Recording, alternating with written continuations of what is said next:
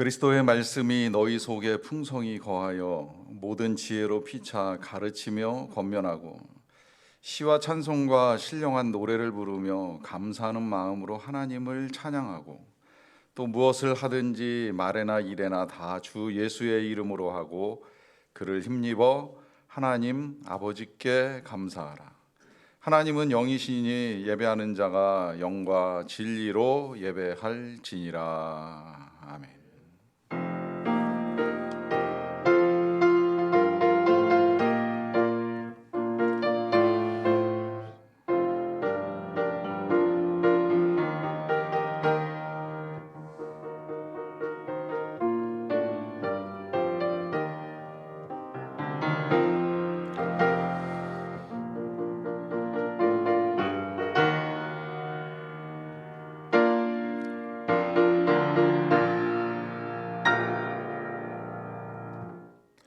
영원히 살아계셔서 경배와 찬양을 받으시기에 합당하신 주 여호와 우리 아버지 하나님, 그 무한하신 사랑과 크신 은총을 인하여 주께 영광 돌립니다. 죄와 사망에서 우리를 건지시려고 십자가에서 우리를 대신하여 죽임을 당하셨으나 부활하시고 승천하시어 진정한 우리의 왕이요 주인이 되심을 나타내시고 우리에게는 영원한 생명을 주신 예수 그리스도의 구원의 은혜를 영원토록 찬양하옵고, 오늘도 우리를 새롭게 하시며 날마다 함께 하시는 성령의 충만하심을 인하여 찬송을 부릅니다. 성부, 성자, 성령께 세세무궁토록 영광이 있을지어다. 아멘. 다 같이 일어나셔서 찬송가 38장을 부르겠습니다.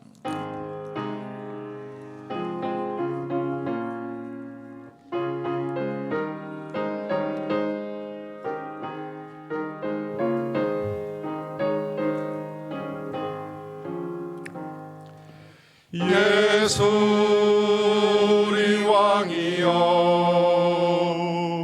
이곳에 오셔서 우리가 왕께 드리는 영광을 받아주소서.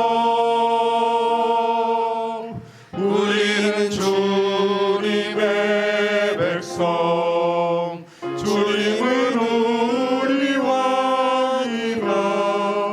왕이신 예수님 오셔서 좌정하사 다스리소서. 예수 우리 주시여 이곳에 오셔서 우리가 주께 드리는 찬양을 받아주소서.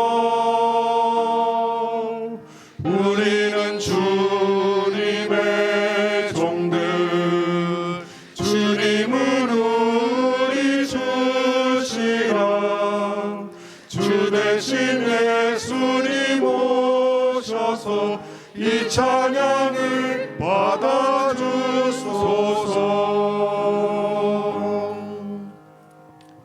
이 시간 다 같이 겸손한 마음으로 머리를 숙여 참회의 기도를 드립니다.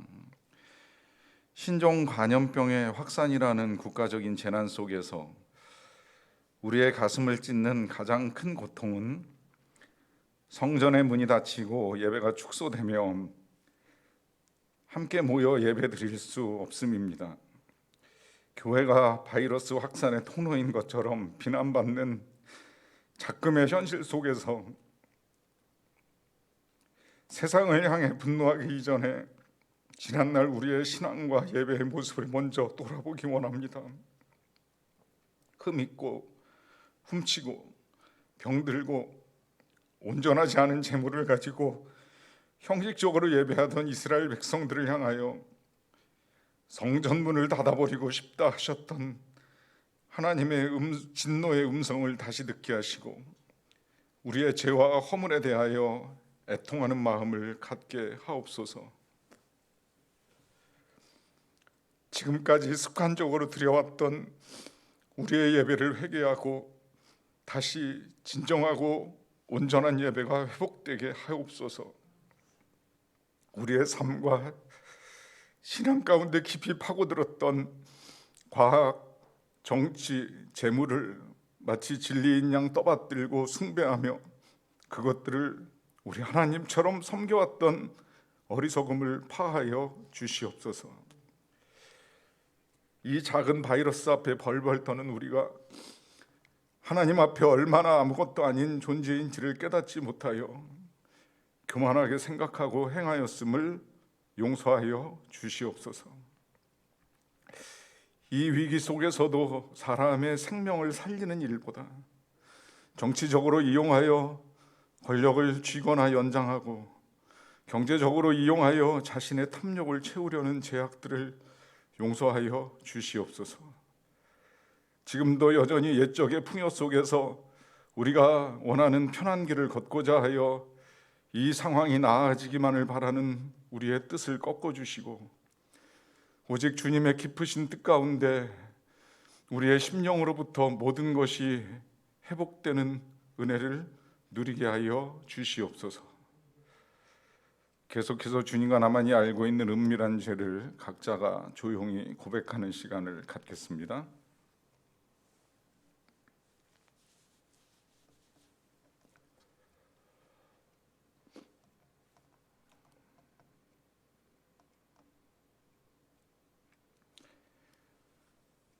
여기 죄를 고백하는 우리를 향하신 주님의 용서의 말씀이 있습니다. 만일 우리가 우리 죄를 자백하면 그는 미쁘시고 의로우사 우리 죄를 사하시며 우리를 모든 불의에서 깨끗하게 하실 것이라.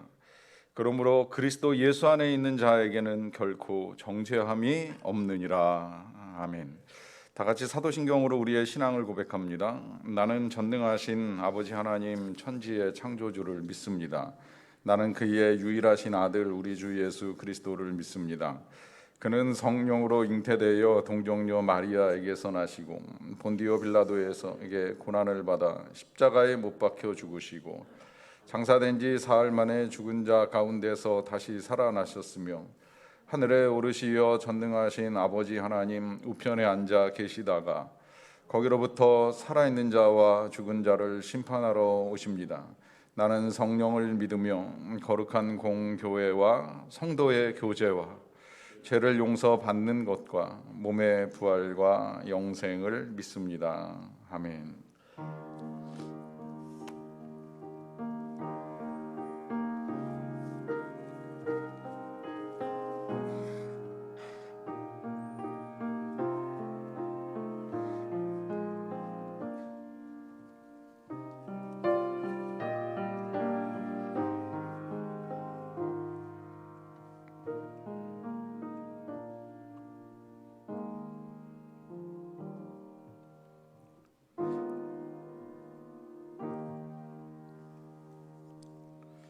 자리에 앉으시겠습니다. 앉으셔서 다 같이 교독문 101번 나라 사랑 3을 교독하겠습니다. 내가 여호와를 찬송하리니 그는 높고 영화로우심이요 여호와는 나의 힘이요 노래시며 나의 구원이시로다. 여호와여 주의 오른손이 권능으로 영광을 나타내시니이다. 여호와께서 시온의 포로를 돌려보내실 때에 우리는 꿈꾸는 것 같았도다.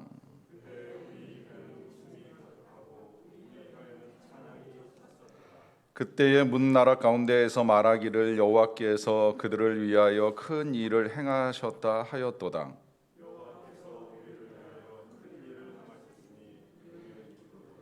흑암에 행하던 백성이 큰 빛을 보고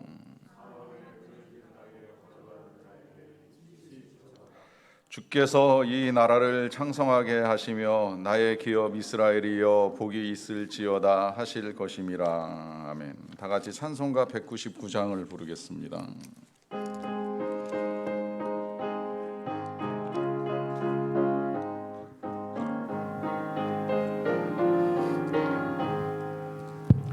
나의 사랑하는 책 비록 헤어졌으나 어머니의 무릎 위에 앉아서 그때 일을 지금도 내가 잊지 않고 기억합니다. 귀하고 귀하다 우리 어머니가 들려주시던 재미있게 듣던 말 이 책 중에 있으니 성경심이 사랑합니다. 옛날 용맹스럽던 다니엘의 경험과 유대 임금 다윗 왕의 역사와 주의 선지 엘리야 바람 타고 하늘에 올라가던 일을 기억합니다.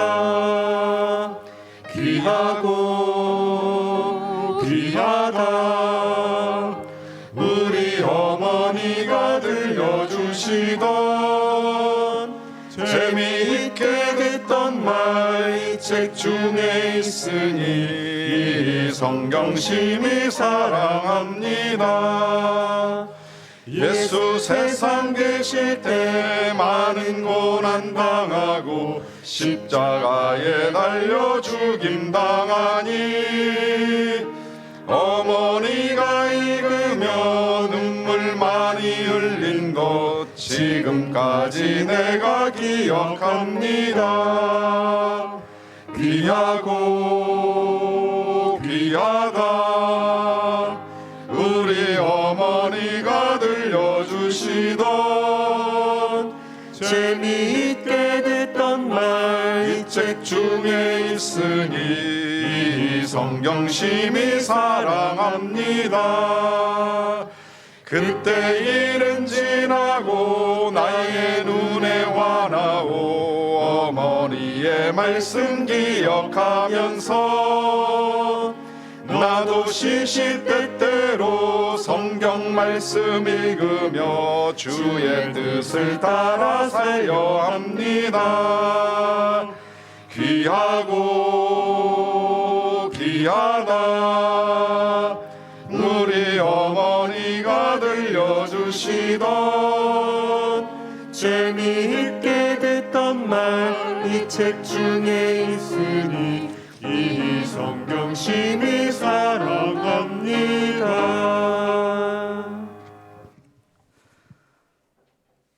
영광과 존귀를 받으시기에 합당하신 여호와 하나님, 그 크고 높으신 이름을 찬양합니다. 지난 한 주간 온 세상이 바이러스의 공포로 짓눌리고 있습니다. 그래도 여기저기서 나눔과 사랑이 넘쳐나는 대한민국으로 이끌어 주셔서 감사합니다. 은혜로 판교 소망교회 성도들을 보호하여 주셔 삶의 터전이 안위함을 얻고 있으며 또 오늘 거룩한 주일 온라인으로 함께 가정에서 건강한 몸으로 예배할 수 있게 하여 주심에 감사드립니다. 하나님, 우리나라가 세계 여러 나라에서 성공적으로 바이러스와 싸우고 있으며 국민 모두가 서로의 가정과 사회의 피해를 막기 위해서 노력하고 있지만 여전히 지역사회 감염의 위험도 남아 있습니다. 이 땅의 자녀들이 하나님으로부터 생명을 빚진 자로서 살아야 마땅하지만 바이러스와 다양한 형태의 질병으로 고통받고 있음에도 그 원인을 남 탓하고 있지 않은지요. 판교 소망교회 성도들은 하나님의 말씀에 순종하며 살아가고 있음을 보여주시옵소서, 보아주시옵소서. 이 가운데 한없이 나약한 저희들을 용서해 주옵시고 주님의 옷자락을 만지며 눈을 뜨기를 소망하던 그 맹인처럼 믿음으로 용서를 받는 길을 보여주시어 주님의 사랑을 널리 알리게 하여 주시옵소서. 추운 겨울이 지났습니다. 따뜻한 봄이 왔습니다. 하지만 바이러스의 공포로 일상이 무너져 내리고 있습니다. 이 가운데에도 주님이 계획하심을 깊게 느끼게 하시옵소서. 바이러스 외에도 사업과 자녀를 키우는 가정에서 어려운 시간이 있음을 아시오니 하나님, 모든 가정과 업소와 모든 곳에 평화의 하나님 임재하시어 고통 가운데 신음이 아니라 서로 사랑을 나누며 기쁨의 찬양을 넘치게 하여 주시옵소서. 하루속히 어둠의 그림자를 거두어 주시고 이 땅을 치유하여 주시옵소서. 지금 세계 각지에서 주님만 의지하며 주님의 사역을 감당하고 있는 선교사님들도 있습니다. 그 가족들을 위하여서 또 그 가족들에 의해서 안위함을 받고 있는 성도들에게도 하나님 사랑을 베풀어 주시옵소서.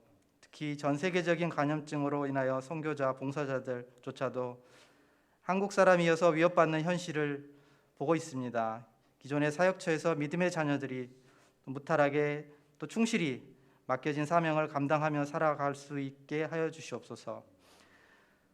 주의 종 김창준 담임 목사님과 교육자님들 성전에서 지내는 동안에 강한 오른손으로 붙드시어 온라인 예배와 다양한 활동들 그리고 처소가 깨끗해지도록 하여 주시옵소서. 서로가 서로에게 은혜와 사랑이 넘치도록 인도하옵소서. 주의 말씀이 선포될 때 저희가 한낱 바이러스의 공포에서 해방될 수 있게 또 늘 하나님의 말씀에 응답하는 자녀들 되게 하여 주시옵고, 오늘 우리 주 예수 그리스도와 함께 동행하도록 선한 영향을 내려 주시옵소서. 우리의 목자 되시는 예수 그리스도의 이름으로 기도드리옵나이다. 아멘.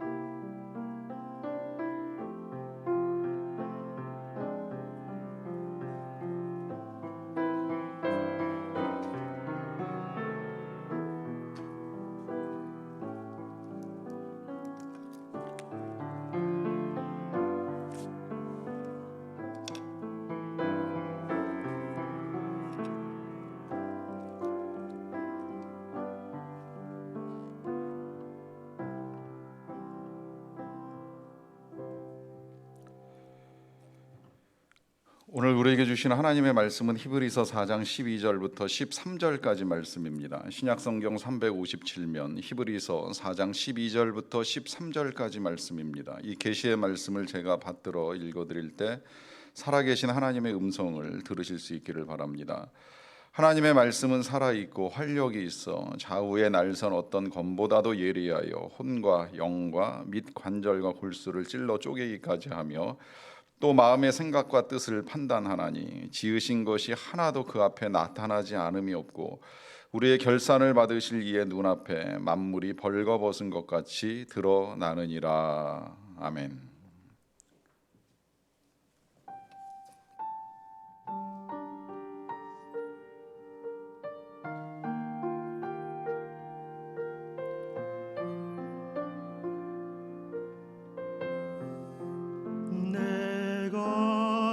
그리스도와 함께 십자가에 못 박혔나니 이제 내가 사는 것이 아니요 오직 내 안에 예수께서 사시는 것이라.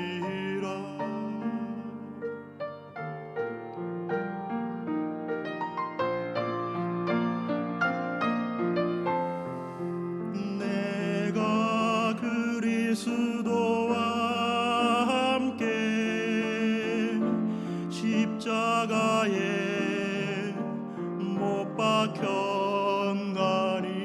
이제 내가 사는 것이 아니요 오직 내 안에 예수께서 사시는 것이라.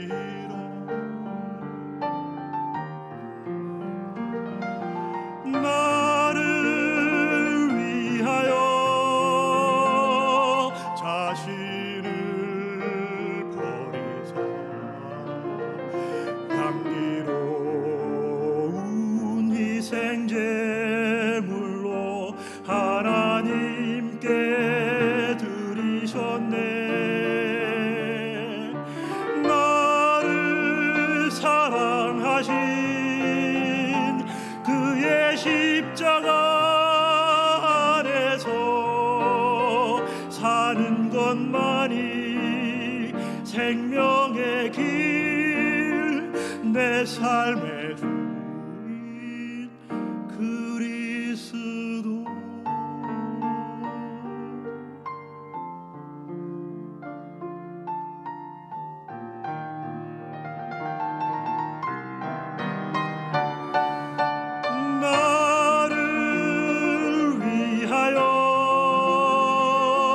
자신을 버리사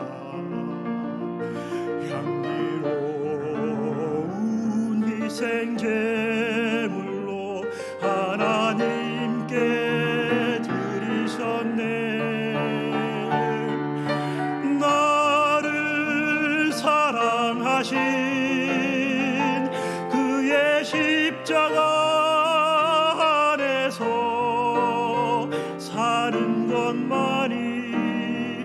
생명의 길, 내 삶의 주인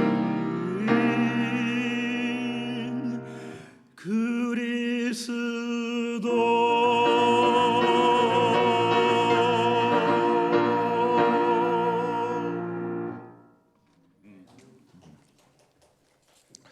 오늘도 각 처에서 예배를 드리는 여러분들의 예배 자리에 우리 하나님께서 함께 계셔서 여러분들의 예배를 받으시는 줄로 믿습니다. 하나님이 주시는 풍성한 은혜를 받으시고 또 그 은혜 가운데 늘 살아가는 우리 모든 교우들, 가족들 되시기를 간절히 축원합니다. BC 587년에 이스라엘이 멸망하게 되는 일이 있었습니다. 하나님께서 여러 선지자들을 통해서 예언하신 대로 3분의 1은 질병과 기근으로 죽게 되고 또 3분의 1은 전쟁 중에 죽게 되고 나머지 3분의 1은 포로로 끌려가거나 여기저기 뿔뿔이 흩어져 도망가게 되는 일이 있었습니다.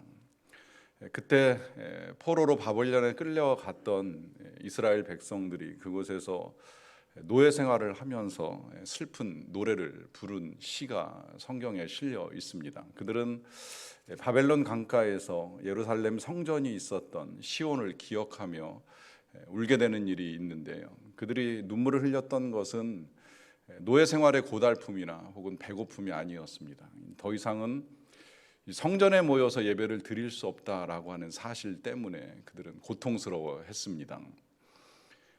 우리 이 상황이 지속되면서 제가 직간접적으로 많이 듣게 되는 교우들의 말씀 가운데 한 가지는 우리가 한 자리에 함께 모여서 예배를 드릴 수 있었던 것이 얼마나 감사한 일이었는가 하는 것을 뒤늦게 깨달았다라고 하는 말씀을 듣는 일입니다.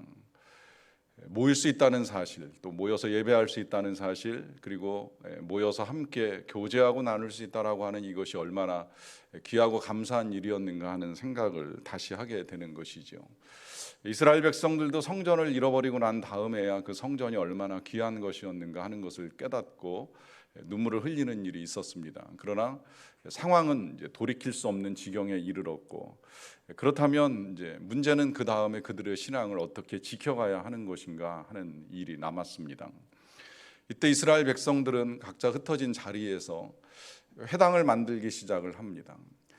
자신들이 살아가는 삶의 자리에서 더 이상 성전 제사를 드릴 수 없게 되자 각 곳곳에 회당을 만들고 그 회당에 안식일마다 모여서 함께 하나님의 말씀을 읽어주고 또 들려주고 듣는 일들을 통하여서 하나님을 향한 자신들의 신앙을 지켜가기 위하여 애를 쓰는 일이 있었습니다. 이제 이것이 교회의 전신이 되었고, 지금 우리가 똑같은 상황을 겪어 나가는 중에도 이와 같은 일들이 필요하다라고 여겨집니다. 물론 우리는 이제 회당을 만들 필요는 없어요. 이미 회당과도 같은 교회가 각 처소에 너무나도 많이 만들어져 있기 때문에 지금 우리가 함께 모여 예배드릴 수 없는 이 일을 대신하기 위하여서 회당을 만드는 일까지는 할 필요가 없지만, 한 가지 분명한 건 이스라엘 백성들이 그 옛날에 그와 같이 회당을 만들고 성전 제사를 대신한 데에는 이유가 있습니다. 그 이유는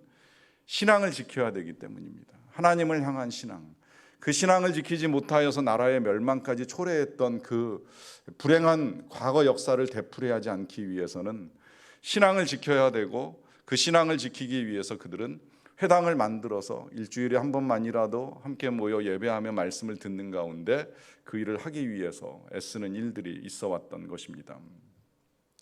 그렇다면 오늘 우리는 어떻게 해야 될까요? 이 일에 두 가지 방법이 제시가 됩니다. 하나는 가정 예배를 정말 잘 드려야 됩니다. 각 가정에서 예배를 잘 드려야 됩니다. 각 가정에서 이 예배를 드리는 이 일이 지금 이 힘든 시기에, 우리가 함께 모일 수 없는 시기에 우리 각자의 신앙을 지키는 데 있어서 아주 중요한 일이라고 할 수 있습니다. 저는 이번에 이 일들을 겪어오는 과정 중에 지난 10년 동안 우리 판교 소망교회 목회를 하면서 늘 궁금했지만 한 번도 볼 수 없었던 것을 이제 보게 되는 일이 있었어요. 그건 뭐냐면 우리 교역자들이 어떻게 각 부서에서 설교를 하는지 늘 궁금했는데 한 번도 본 적이 없어요. 그런데 이제 이 예배 후에도 오늘 교역자들이 어떻게 설교했는지 저도 보고자 맘만 먹으면 영상 열어서 이제 다 볼 수 있습니다. 아, 저 목사님은 저렇게 설교하시고, 아, 저 전도사님은 저렇게 설교하시는구나. 이제 볼 기회가 열렸어요. 부모님들도 그럴 것이라고 생각을 합니다. 우리 아이들 각 교육부에서 어떻게 예배드렸는지 모르는데 이제 집에서 옆에 앉혀놓고 보실 수 있잖아요. 그런데 항상 이럴 때 주의해야 될 건 뭐냐면 남을 보려고 하면 내 것도 보여줘야 된다는 겁니다. 부모님은 지금 자녀들의 예배가 어떻게 드려지는지만 보는 것이 아니라 부모님들께서 예배 드리시는 모습을 자녀들도 보고 있다는 거예요. 이게 가정에서 예배 드리는 감사함이면서 무서움이 될 수도 있습니다. 오늘 가정에서 예배를 드리시는 그 부모님의 예배의 태도를 자녀들이 다 지켜보고 있습니다. 그래서 그 본대로 자녀들은 분명히 배워나갈 것입니다. 신앙은 말로 가르치는 것만이 전부가 아닙니다. 아니, 가르치는 것보다 더 중요한 건 보여주는 일인데 부모님이 자녀들에게 어떻게 보여주느냐라고 하는 것이 우리 자녀들이 배워나가는 신앙의 모습이 되고 또 받아들이게 되는 신앙의 유산이 됩니다. 그러하기 때문에 이와 같은 예배를 드림에 있어서 내가 지금 드리는 이 예배가 하나님께서 받으시는 일이다라고 하는 믿음의 태도를 가지고 예배를 드리는 일이 중요합니다. 어쩌면 우리가 이와 같은 예배를 힘들어하면서도 또 한편으로는 나름 편안하게 생각하는 부분도 없지 않으리라고 생각을 합니다. 예배가 편해졌잖아요. 이제는 시간에 쫓기지 않아도 됩니다. 굳이 11시 반이 아니어도 1시 반, 2시 반 아니라 주일 안에 드리기만 하면 되지. 혹 주일 아니면 월요일 날 드리면 어찌 되겠는가? 영상이 날아가는 것도 아니겠거니와 언제라도 예배를 드릴 수 있는 거 아니겠는가? 물론 예배는 꼭 일정한 시간에 일정한 장소에서 드리는 것만은 아닙니다만은 그러나 그만큼 우리의 마음이 해해질 수도 있다라고 하는 것입니다. 복장, 화장 하나 신경 쓰지 않아도 됩니다. 굳이 씻지 않아도 이제는 예배를 드릴 수 있는 여건이 조성이 되었습니다. 서두르지 않아도 되고 남 눈치 안 봐도 되고 지각했다고 들어갈까 말까 갈까 말까 고민하지 않아도 되는 이 편안함이 나쁜 것만이라고 생각을 하지는 않습니다. 하지만 예배에는 정성이 담기는 일입니다. 그 옛날 하나님께서 이스라엘 백성들이 절기만 되면 제물을 가지고 예루살렘으로 모이라고 하신 이유가 어디 있겠습니까? 제물이 왜 중요한 일들이 되겠습니까? 그 제물을 끌고 그 먼 곳 사방 각지에서 예루살렘까지 몇 날 며칠 시간이 걸려서 와야 되는 이유가 어디 있었겠습니까? 합리적으로 생각하면 제사장이 옳았습니다. 그거 굳이 가져올 필요 없습니다. 그냥 예루살렘에 와서 사서 드리면 됩니다. 그래서 제사장들이 제물을 팔면서 쉽게 예배할 수 있는 길들을 열어주었습니다. 그 일에 대해서 예수님이 성전을 강도의 소굴로 만들었다고 책망을 하시는 겁니다. 그 강도의 소굴이 된 데에는 제사장들의 탐욕과 함께 쉽고 편한 것을 추구하던 백성들의 상식적인 생각이 맞물리면서 나타났던 현상입니다. 어디서 우리가 예배를 하던 적어도 우리의 마음만큼은 그리고 우리의 태도만큼은 하나님께 정성을 다해서 드리는 노력이 필요하다 하는 말씀입니다. 물론 정성이 우리를 구원하지 않습니다. 우리의 노력이나 우리의 수고가 우리를 구원하지 않는다는 건 너무나도 분명합니다. 그러나 하나님께서 우리에게 베풀어 주신 이 구원의 은총을 아는 입장에 있어서는 적어도 예배만큼은 하나님을 향한 감사한 마음이 정성으로 표현될 수 있도록 준비하고 드려져야 된다는 것이 분명합니다. 이와 더불어서 또 하나 우리가 함께 모여 신앙생활을 하며 신앙을 지켜가기 어려운 때에 우리의 신앙을 지켜나갈 수 있는 또 하나의 방법으로 제시되는 것이 말씀 묵상입니다. 이전에는 새벽 예배로 모이는 일이 있었습니다. 주일의 예배뿐만이 아니라 매일 우리의 신앙을 지켜나가는 것이 쉽지 아니하기에 매일 새벽마다 모여서 함께 예배드리고 기도하는 것으로 우리의 신앙을 지키기 위하여 애써왔던 우리 믿음의 선배들이 있습니다. 그 가운데 한국교회가 부흥했고 교회의 부흥과 함께 나라가 함께 성장하는 은혜를 누려왔습니다. 그러나 지금은 이런저런 이유로 새벽에 모이는 것이 어렵습니다. 뭐 질병으로 인하여서도 모이기 힘들지만 삶의 패턴이 우리가 야행성으로 바뀌어가면서 새벽에 모여서 신앙생활을 한다 하는 것은 점점 더 어려워지고 있습니다. 이제 이러한 때에 우리의 신앙을 지켜가는 또 하나의 방법으로 말씀을 드리는 것이 하나님의 말씀을 묵상하는 일입니다.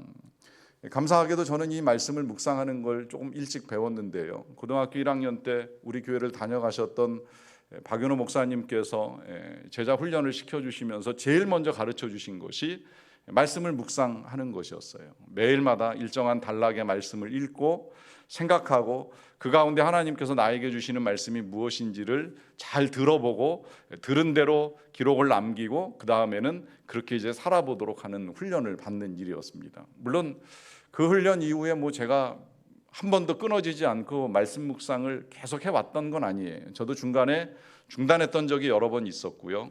또 그것이 얼마나 그렇게 중요한지를 모르고 지내왔던 시간들도 있습니다. 그런데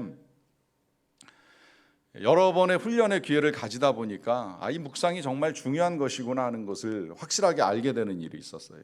특히 신학교 처음 들어갔을 때 신대원에서 제일 먼저 한 것 중에 한 가지가 묵상 자체가 학과목으로 지정이 되어서 매일같이 묵상하고 묵상한 노트를 교수님께 제출해서 검사를 받고 성적을 받게 되는 일까지 있었습니다. 그러면서 다시 묵상이 중요하구나 하는 사실을 깨닫게 되는 일이 있었고요. 그 다음에 이제 2005년에 DTS 훈련을 받을 때에도 이 훈련 받을 때 제일 먼저 배웠던 내용이 하나님의 음성을 듣는 것이었고, 그 하나님의 음성을 들을 때 그럼 어떻게 듣느냐라고 했을 때 배운 것이 바로 묵상입니다.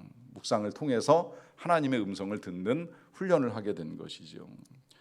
우리 교회 성도님들이 많은 부분 1:1 제자 훈련을 받으시거나 또 1:1 지도자 훈련을 받으시는 일이 있게 되는데, 그 훈련 받으신 분들 기억하실 거예요. 제일 먼저 가르치고 배우는 내용이 뭐예요? 하나님의 말씀을 묵상하는 법입니다. 물론 예수 그리스도와 그 십자가의 은혜에 대해서 배우는 걸 하는 것이 먼저이지만 그 바로 뒤에 이어지는 내용은 하나님의 말씀 어떻게 묵상하고 또 삶에 적용할 것인가 하는 것을 배우게 됩니다.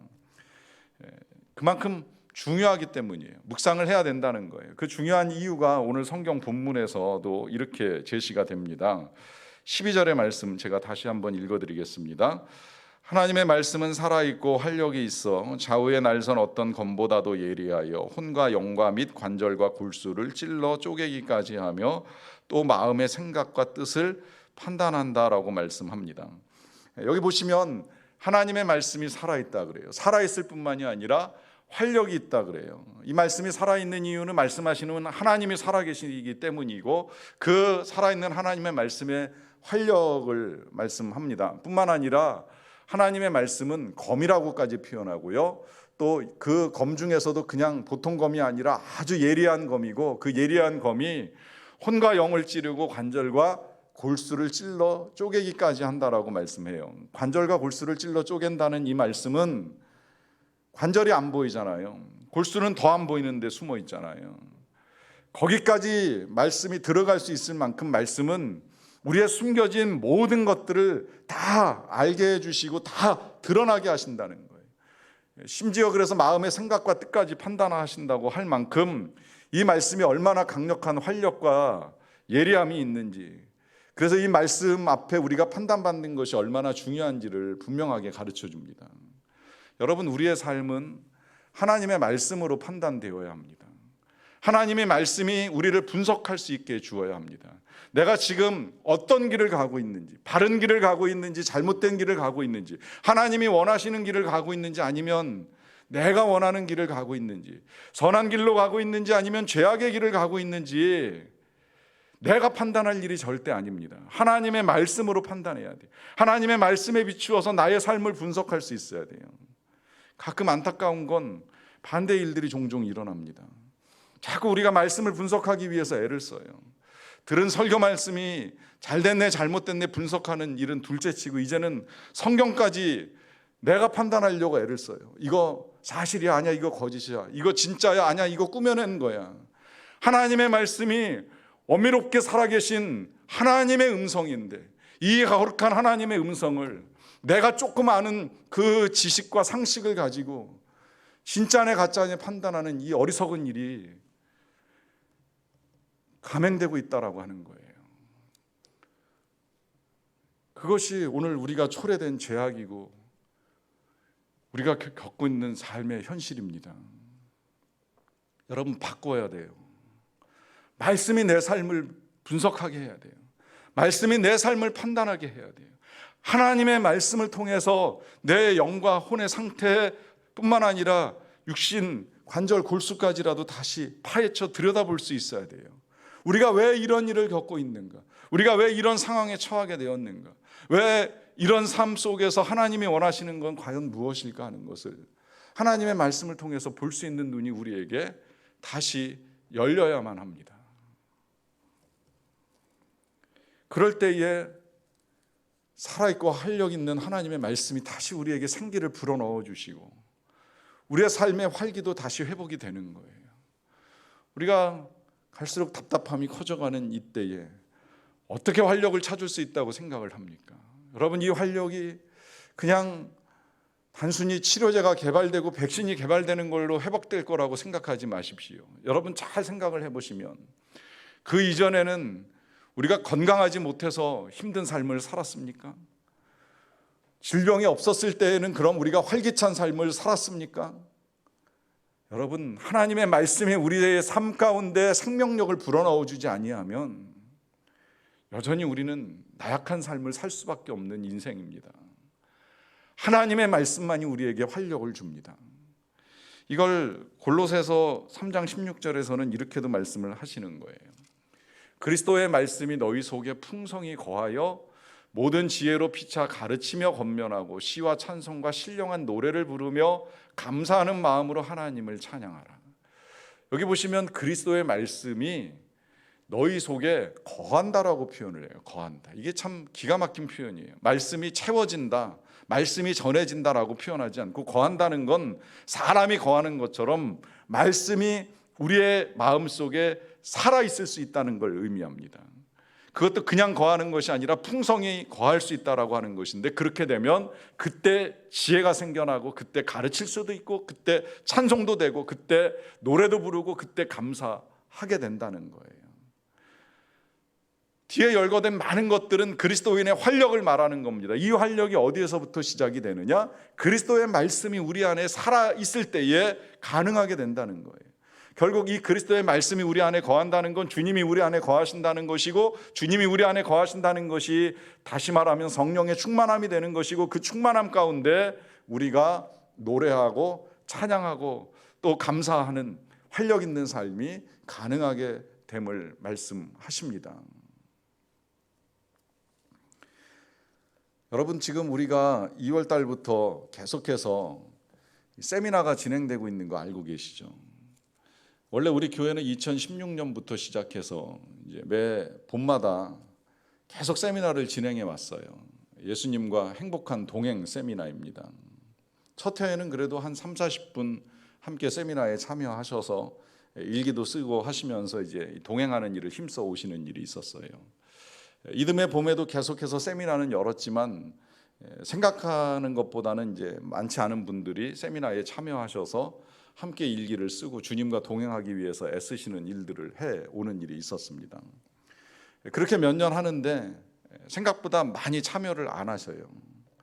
전 목회자로서는 좀 되게 안타까웠어요. 이게 진짜 좋은데, 너무 좋은데 지금까지 내가 받아봤던 여러 가지 훈련, 여러 신앙의 경험들에 비추어 보면 이게 진짜 내 삶에 미친 변화나 영향은 너무나 좋은데 이걸 우리 교인들과 나누고 싶은데 생각보다 잘 나누게 되지가 않는 거예요. 결국 고민하다가 이제 올해는 이 세미나를 전 교회 교인들을 대상으로 하기 위하여서 제가 2월부터 지금 이 주제를 가지고 계속 말씀을 나누고 있습니다. 여러분, 이 설교 제목 하나하나가 다 매 과에 들어있는 이 교재의 제목 그대로예요. 본문도 그대로예요. 물론 설교만 제가 좀 다르게 해요. 남의 거 잘못 표절하고 또 인용하면 그것도 이제 시비의 소지가 있을 수 있으니까 제가 우리 교회 실정에 맞게 모든 설교의 내용들은 바꾸지만 결국은 지금 온라인 세미나를 하고 있는 거예요. 온라인을 통해서 세미나를 여러분들과 하고 있고, 오늘 원래 이제 이 8과의 정확한 제목은 묵상과 함께하는 예수 동행 일기입니다. 이걸 이렇게든 저렇게든 지금 하려고 하는 이유가 있어요. 그건 뭐냐면 제가 앞서 말씀드린 대로 저는 일찍 묵상을 시작을 했어요. 오랫동안 해왔어요. 그리고 이 묵상의 중요함을 알고 있어요. 묵상의 중요함을 알고 있기 때문에 우리 교회가 오픈하는 10년 전부터 묵상 교재를 만들어 왔어요. 처음에 제가 만들고 부목사님, 교육자, 전도사님 만들다가 또 우리 집사님들이 도와주셔가지고 계속 만들어 왔어요. 중간에 잠깐 제목은 좀 바뀌었어요. 처음에는 새벽 기도와 함께하는 말씀 묵상, 그리고 새벽을 깨우는 말씀 묵상이라는 제목으로 교재가 계속 만들어서 여러분들이 보실 수 있도록 해왔어요. 이게 너무 중요하기 때문이에요. 그런데 하면서 저 개인적으로 조금 답답함이 하나 있었던 건 뭐냐면, 매일같이 말씀을 묵상하기는 하는데, 그래서 날마다 하나님이 주시는 말씀의 힘을 가지고 살아가려고 하기는 하는데, 뭔가 제 안에 조금 부족함이 느껴지는 거예요. 그리고 그 부족함 더하기 갈급함이 생겨나는 겁니다. 왜 말씀을 묵상을 하는데 삶의 변화가 더딜까?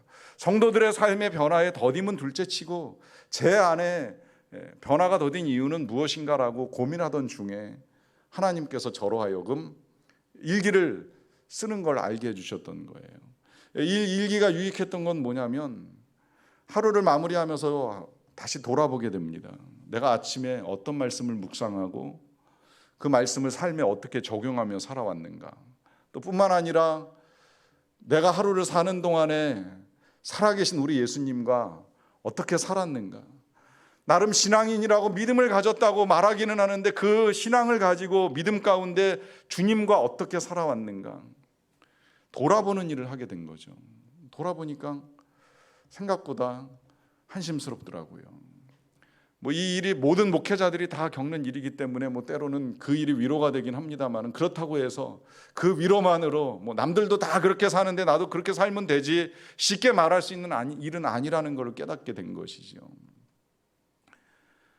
돌아보니까 말씀을 묵상하기도 하고 말씀을 암송하기도 하고 말씀을 전하기도 했는데, 정작 묵상한 대로 전한 대로 살지 못하는 시간들이 많았다는 걸 알게 된 거예요.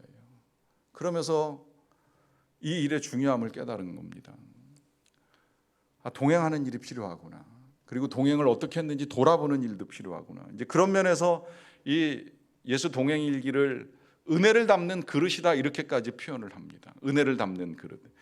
여러분, 하나님의 은혜는 늘 쏟아져요. 넘치도록 쏟아져요. 실은 폭포수와 같이 쏟아져요. 물론 우리가 느낄 때에는 그것이 신라처럼 가느다랗게 떨어지는 것처럼 느껴질 수 있지만, 저녁에 잘 생각을 해보면 실은 하나님의 은혜는 폭포수였어요.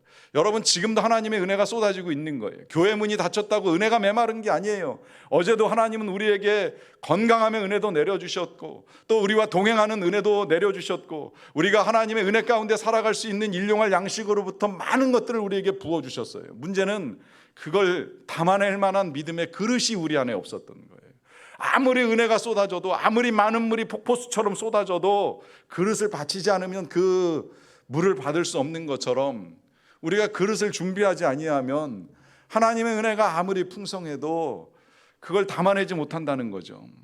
잠깐 손을 내밀어 받아도 실은 이 손에 담기는 은혜는 한계가 있어요. 그걸 담을 수 있는 그릇이 일기였던 거예요. 일기를 쓰면서 이렇게 들여다보면 얼마나 감사한 게 많은지 몰라요. 하나하나 헤아려 보면 감사하지 않은 게 없는 거예요. 아침에 묵상한 말씀으로부터 살아가는 동안에 내가 잊었던 순간에도 하나님은 나를 잊지 않고 베풀어 주신 많은 은혜들이 한없이 감사한 거죠. 그걸 담는 그릇을 준비하고 나서 보니까 이게 얼마나 귀하고 감사한 일인가 하는 걸 뒤늦게 깨닫게 된 것입니다. 그래서 이건 절대 혼자 할 수 있는 일이 아니라 우리 모든 교우들이 함께 했으면 좋겠다라고 하는 말씀을 드리면서 이제 이걸 매 주마다 지금 이렇게 나누는 일들을 하고 있는데요.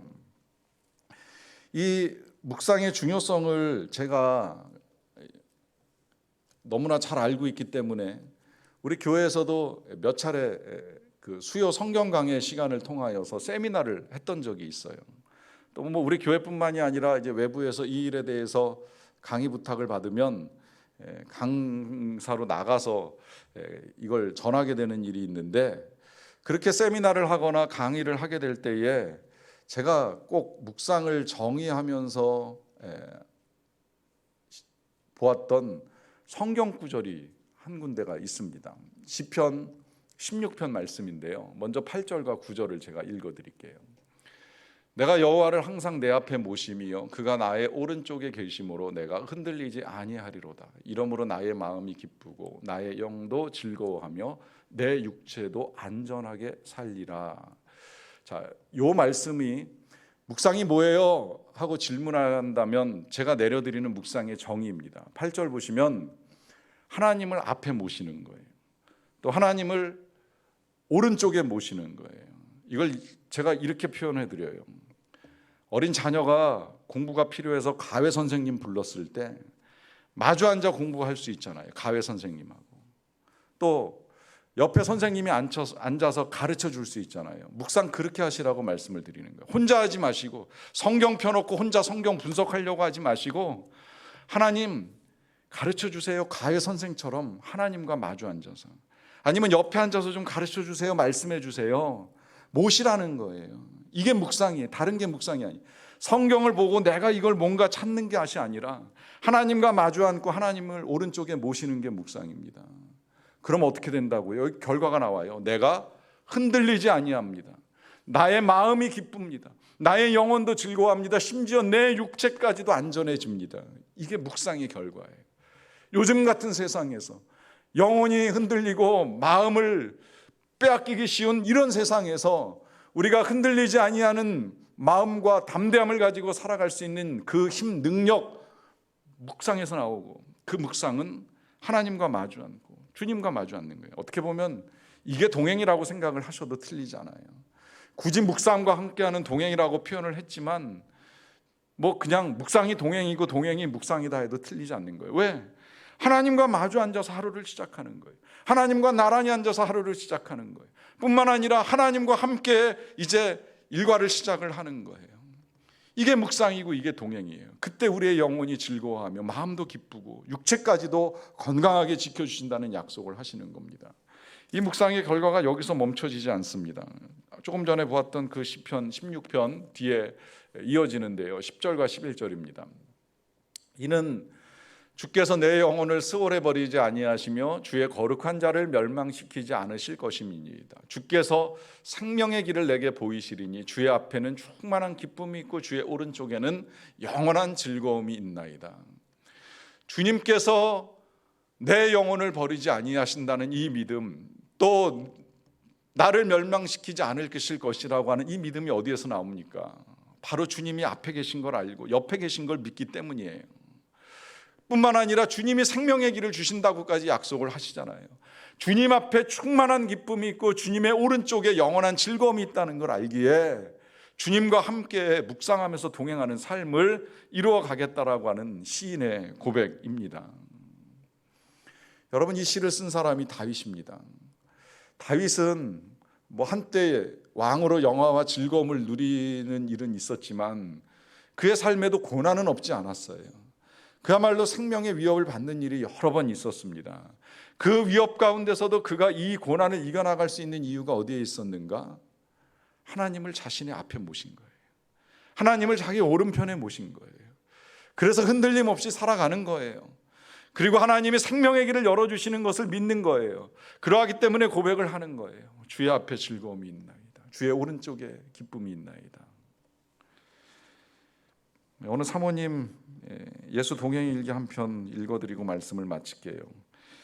우리 교회 사모님은 절대 아니고요. 책에 소개된 사모님 일기인데요.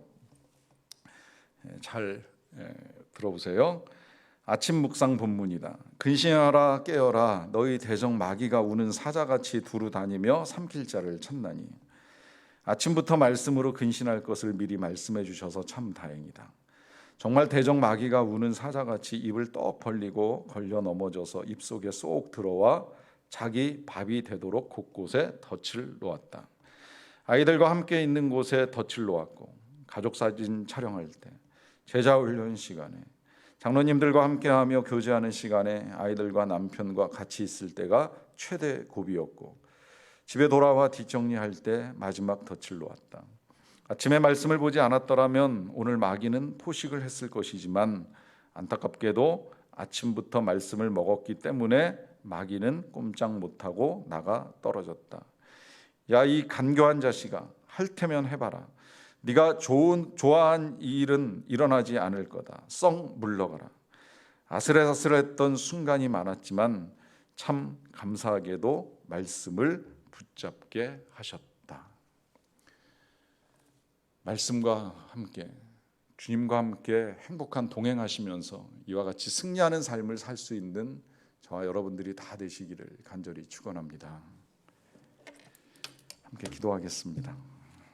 사랑하는 성도 여러분, 우리 이 시간에 잠깐 같이 기도하기를 원합니다. 이렇게 하나님께 기도 드렸으면 좋겠습니다.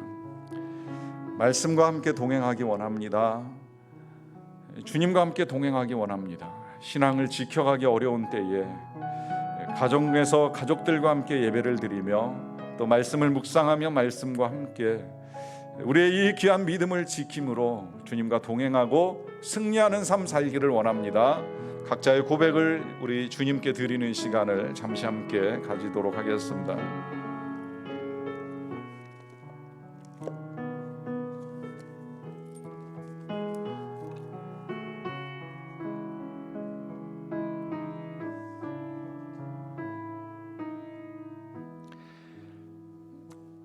사랑의 주님, 감사합니다. 살아계셔서 우리에게 늘 말씀하여 주시고 우리로 하여금 날마다 그 말씀을 들으며 말씀과 함께, 주님과 함께 행복한 동행하는 삶을 살게 하여 주셔서 감사드립니다. 언제나 우리 앞에 계신 우리 하나님, 또 우리 손을 붙잡고 우리와 함께 걸어가고 계시는 우리 예수님, 우리가 늘 주님을 잊지 않게 하여 주시고 또 말씀 속에서 살아계신 주님의 음성을 듣는 일들을 이루어 갈 수 있도록 도와주시옵소서. 이로 인하여서 힘들고 어려운 상황들 속에서도 늘 영혼의 기쁨과 마음의 즐거움을 빼앗기지 않고 살아가는 우리 모두가 되게 하여 주시옵소서. 예수님의 이름으로 기도하옵나이다. 아멘. 함께 찬양합니다. 주를 향한 나의 사랑을 주께 고백하게 하소서.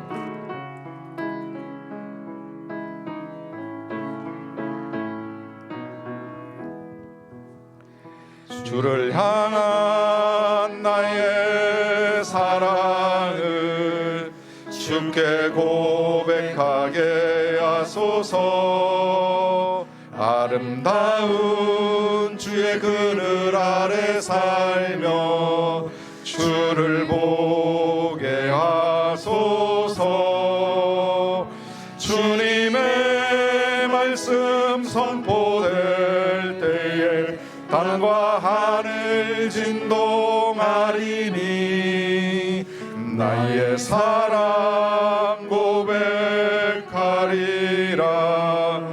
나의 구주 나의 친구 부드러운 주의 속삭임 나의 이름을 부르시네. 주의 능력 주의 영광을 보이사 성령을 부소서.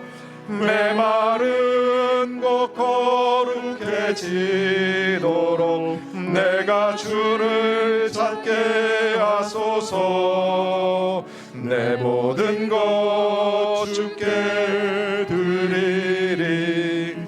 나의 구주 나의 친구 온 마음으로 주를 바라며 나의 사랑 고백하리라. 나를 향한 주님의 그 크신 사랑 간절히 알기 원해. 주의 은혜로 용서하시고 나를 자녀 삼아 주시네. 주셨네. 나의 사랑 고백하리라. 나의 구주 나의 친구. 사랑의 아버지 하나님, 감사합니다. 정말 감사합니다. 우리가 함께 모여 예배를 드릴 수 없는 상황 속에서도 우리가 각 가정에서 이렇게 신앙을 지키고 믿음을 지키며 하나님을 경외하는 마음으로 예배를 드리고 하나님께 영광을 올려드릴 수 있게 하여 주셔서 감사드리옵나이다. 그리고 여러 가지 질병의 소식이 사방 곳곳에서 들려오는 이때에 우리 각 가정에 이만큼의 평안과 이만큼의 안전과 이만큼의 건강함을 허락하여 주셔서 진심으로 감사드리옵나이다. 어려움 중에도 우리 자녀들이 건강하게 무럭무럭 자라가고 있는 은혜로 인하여서도 감사를 드리옵고, 또 하나님의 보호하심 가운데에 살아가는 그 모든 것들로 말미암아 감사드리옵나이다. 무엇보다 우리 예수님께서 우리에게 허락하신 생명의 길로 인하여서 우리가 구원받은 하나님의 백성으로 영생과 천국의 소망을 가지고 살아가게 하여 주신 은혜도 진심으로 감사드리옵나이다. 뿐만 아니라 우리가 어떠한 일을 겪든지 늘 우리 오른편에 계시는 우리의 주님께서 우리와 함께 계시어서 우리를 버리지도 아니하시고 멸망하지도 않게 늘 붙드시고 함께 하시는 모든 은혜로 말미암아 진심으로 감사와 영광을 올려드리옵나이다. 이 귀한 예배와 예물을 우리 하나님께서 기쁘게 받아 주시옵소서. 그리고 여전히 어려움 가운데 있는 주의 백성들에게 긍휼을 베풀어 주시기를 간절히 원합니다. 특별히 세상에 이 질병이 확산되는 소식이 계속해서 들려옵니다. 하나님, 이 세상을 긍휼히 여겨 주시옵소서. 더 이상 확산되지 않도록 도와주시기를 원합니다.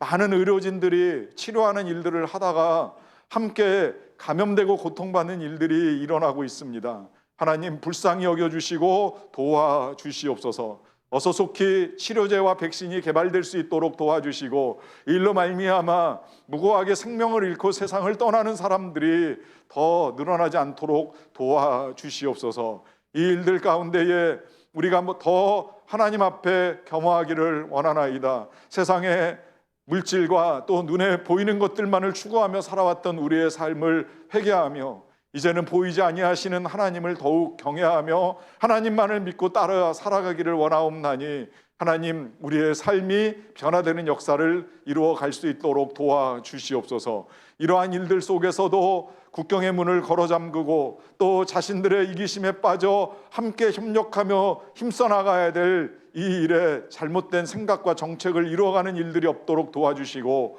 온 나라와 열방이 함께 협력하고 도와주는 가운데에 정말 질병의 확산을 막고 치료의 일들을 지혜롭게 이루어 갈 수 있도록 도와주시옵소서. 누구보다도 어려움을 겪고 계시는 우리 선교사님들을 위로하여 주시고, 왕래가 불편한 상황들 속에서도 모든 선교사님들과 자녀들이 다 건강하게 살아갈 수 있도록 은혜를 내리워 주시옵소서. 아버지 하나님, 이 감염병으로 말미암아 경제적으로도 어려워지고 있는 교우들이 있고, 또 수술과 치료를 받아야 되는 과정 중에도 어찌해야 될지 알지 못하는 환우들이 많이 있습니다. 하나님, 형편과 사정을 헤아리시고 은혜를 베풀어 주시며 도와주시옵소서. 이 모든 일들이 하나님의 은혜 가운데 잘 해결되어서 우리가 함께 모여 예배하는 날 하나님께 더 기쁘게 감사하며 찬송할 수 있게 될 날이 속히 이르게 하여 주시기를 간절히 원합니다.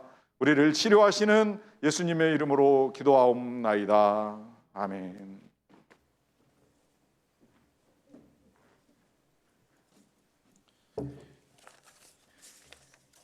계속해서 예배를 온라인으로 드리게 됩니다. 원래는 이번 돌아오는 주일까지 각 가정에서 예배를 드리도록 하려고 했는데, 아무래도 우리 자녀들 계약 맞추어서 해야 될 것 같아서 일단 4월 11일까지 예배를 가정에서 드리신다 이렇게 생각하시고, 자세한 진행 사항은 다시 또 알려드리도록 하겠습니다. 이 주일 예배뿐만이 아니라 수요 성경 강해도 모이지 않고요, 금요 성령 기도에도 모이지 않습니다. 다만 금요일 저녁에 혹 교회와 나라를 위해서 기도하시기 원하시는 분들을 위해서 7시 반부터 9시까지 본당을 개방하고 있습니다. 자율적으로 기도하는 시간을 가지실 수 있습니다. 우리가 계속 그 예수님과 동행하는 행복한 30일 말씀을 함께 듣는 일들을 하고 있는데요. 들으시면서 혹시 나도 정말 일기 한번 써보고 싶다, 아니면 일기를 쓰는데 누군가와 함께 나누면서 한번 써보고 싶다는 마음이 있으신 분들은 신청하실 수 있어요. 도와드리겠습니다. 목사님한테 말씀하시면 어떻게 어플을 가입하고 일기를 쓰실 수 있는지, 또 나눔방에서 어떻게 일기를 나눌 수 있는지를 도와드리는 일을 하도록 하겠습니다. 고난주간이 곧 다가오는데요. 고난주간 특별 새벽 기도회도 이번에는 온라인으로 드릴 수 있도록 준비하고 있습니다. 4월 6일부터 11일까지 진행될 예정입니다. 이제 예배드리는 자리에서 다 일어나셔서 우리를 사용하소서 함께 찬양하겠습니다.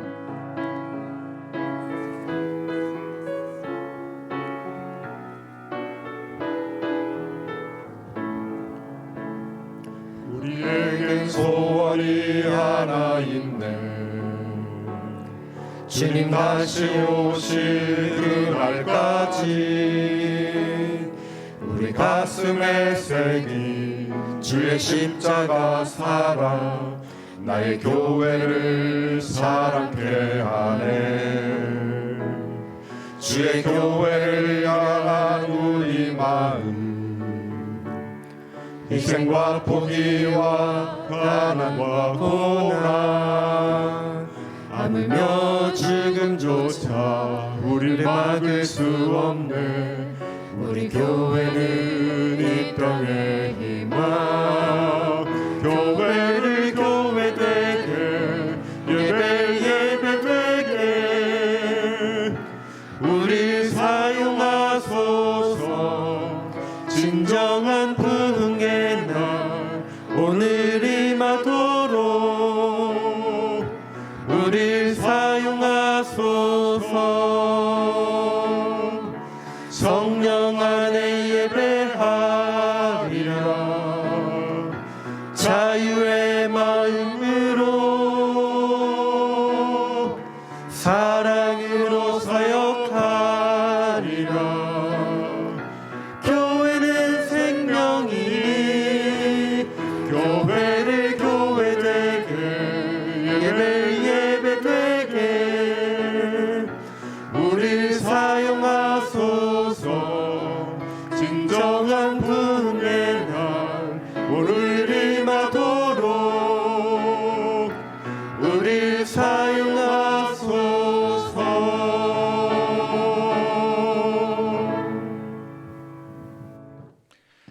말씀이신 우리 주 예수 그리스도의 은혜와 우리에게 활력을 주시는 아버지의 하나님의 사랑하심과 성령님 함께 하시고 동행하여 주심이 믿음을 지키기 어려운 이때에 가정에서 말씀과 함께 주님과 동행하며 믿음을 지켜나가는 모든 주의 백성들과 이들이 살아가는 삶의 자리에, 또 이 질병과 맞서 싸우고 있는 의료진들과 치료를 필요로 하는 환우들에게 항상 같이 계시기를 간절히 축원하옵나이다. 아멘.